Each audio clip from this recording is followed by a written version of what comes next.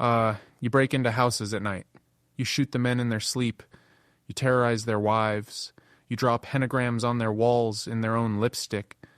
For 14 months, an entire city locks its doors, buys guns, and waits for you. And when they finally catch you, you smile at the judge and raise your hand to show him the pentagram you drew on your palm. This is your life as Richard Ramirez, the Night Stalker. You're born on February 29th, 1960 in El Paso, Texas, a leap year. Your parents are Mexican immigrants.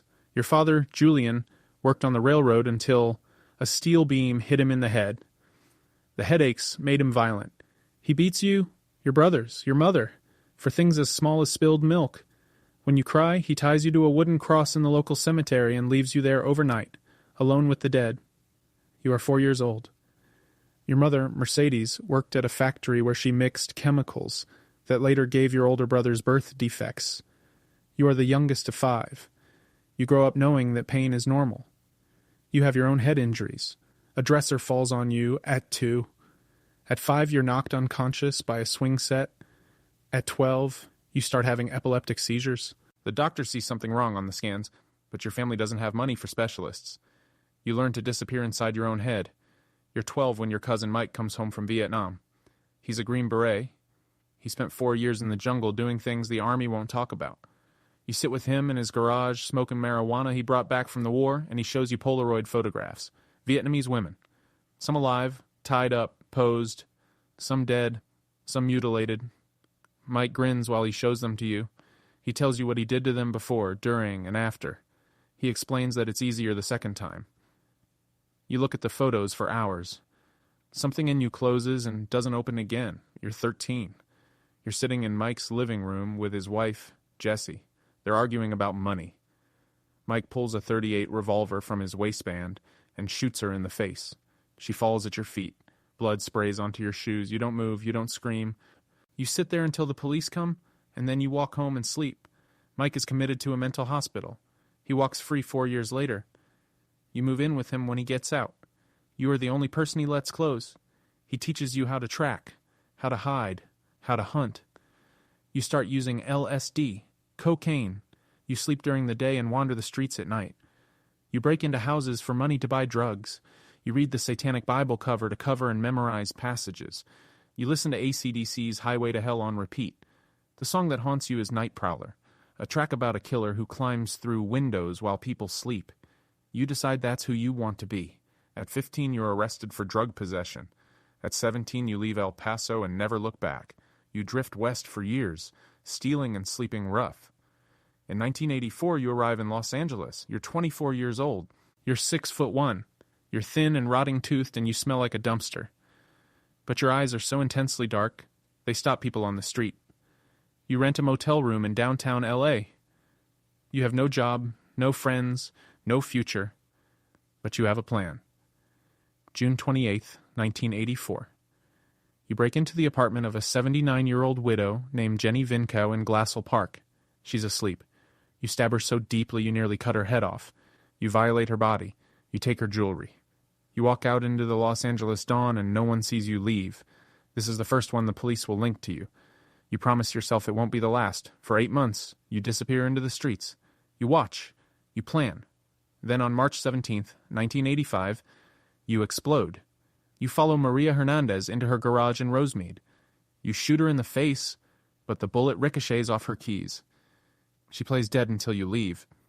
Her roommate Dale Okazaki is not so lucky. You shoot her in the forehead. An hour later, you drag Tsai Leanne Yu from her car at a stoplight in Monterey Park and shoot her dead in the street. 3 victims in one night. You feel nothing but hunger for more. 10 days later, you break into the home of Vincent and Maxine Zazzara in Whittier. You shoot Vincent in his recliner. You chase Maxine through the house, stab her 30 times, and then, because the rage is not gone, you cut out her eyes and take them with you in a jewelry box. Their adopted daughter finds them the next morning.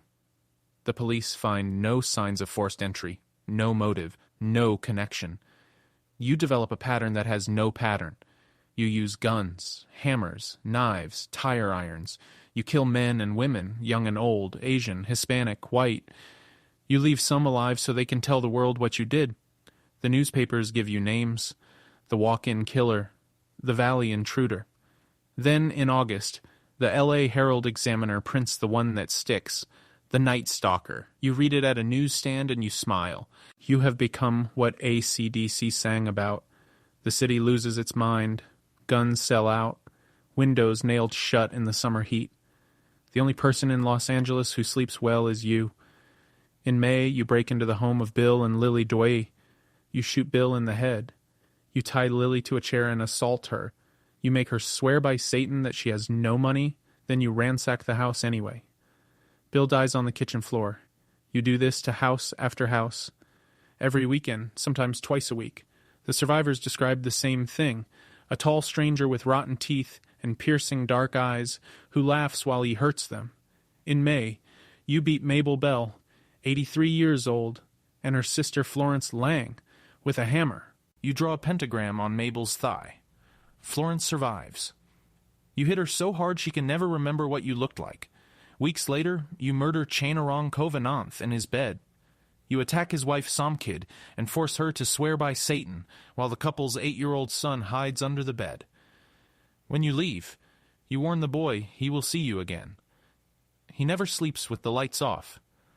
A task force forms to hunt you. They release a composite sketch to the public. A thin Hispanic man with black curly hair, rotten teeth, and sunken eyes. By the time it airs, you have killed 3 more people. You hunt north into San Francisco. On August 17th, 1985, you break into the home of accountant Peter Pan and his wife Barbara. You shoot Peter in his bedroom, you shoot Barbara in hers. Then you take Barbara's lipstick and you draw a pentagram on their bedroom wall with the words, Jack the Knife. You are not subtle. You want them to know it was you. Then you make your first real mistake. On August 24th, 1985, in Mission Viejo, you shoot Bill Carnes in the head 3 times and attack his fiancée, Inez Erickson. You force her to say, I love Satan over and over. You leave them both alive. On your way out, a 13-year-old boy named James Romero is riding his bike home and sees your car, an orange Toyota station wagon. He memorizes the license plate. He tells his parents tell the police. The orange Toyota is found abandoned 3 days later in Rampart, Los Angeles. Inside, forensics lifts a single partial fingerprint from the rearview mirror. They run it through a brand new computer system, the Automated Fingerprint Identification System, AFIS. It has only been online for a few months. In minutes, it gives them a name, Richard Ramirez. 25 years old, 5 prior arrests for burglary, last known address, a motel in downtown Los Angeles. The next morning, August 31st, 1985, your face is on the front page of every newspaper in California. Night Stalker identified. You don't know. You're on a Greyhound bus coming back into L.A. from Tucson, where you've been visiting your brother. You step off the bus at the downtown terminal. You walk 2 blocks into a liquor store on Town Avenue. You want a Pepsi and some Pan Dulce. The Mexican women at the counter look up from their newspapers. They look at you. They look back at the paper. They look at you again. And they scream, El Matador! El Matador! You run. You sprint down Town Avenue into East L.A., into the Mexican neighborhoods, the only place in Los Angeles where someone might not recognize you. But the word is already traveling faster than you are. Men come out of their houses. A woman hits you with a steel rod.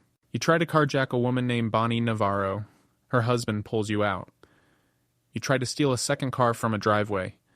The owner, Faustino Piñon, pulls you out and pins you to the ground. You break free and run into the next yard, where Angelina de la Torre screams at her husband, Manuel. Manuel picks up a metal fence post and hits you with it until you stop moving.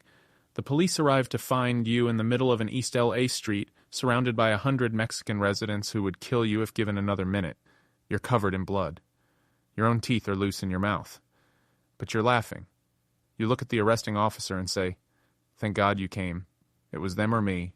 Save me before they kill me. The trial takes 4 years. You show up in court in black leather and sunglasses. You laugh during victim testimony. You blow kisses at jurors. You doodle pentagrams on your legal pad. On the first day, you raise your right palm toward the cameras. A pentagram is drawn on it in ink. You yell one word, Hail Satan. The image runs on every news channel in America that night.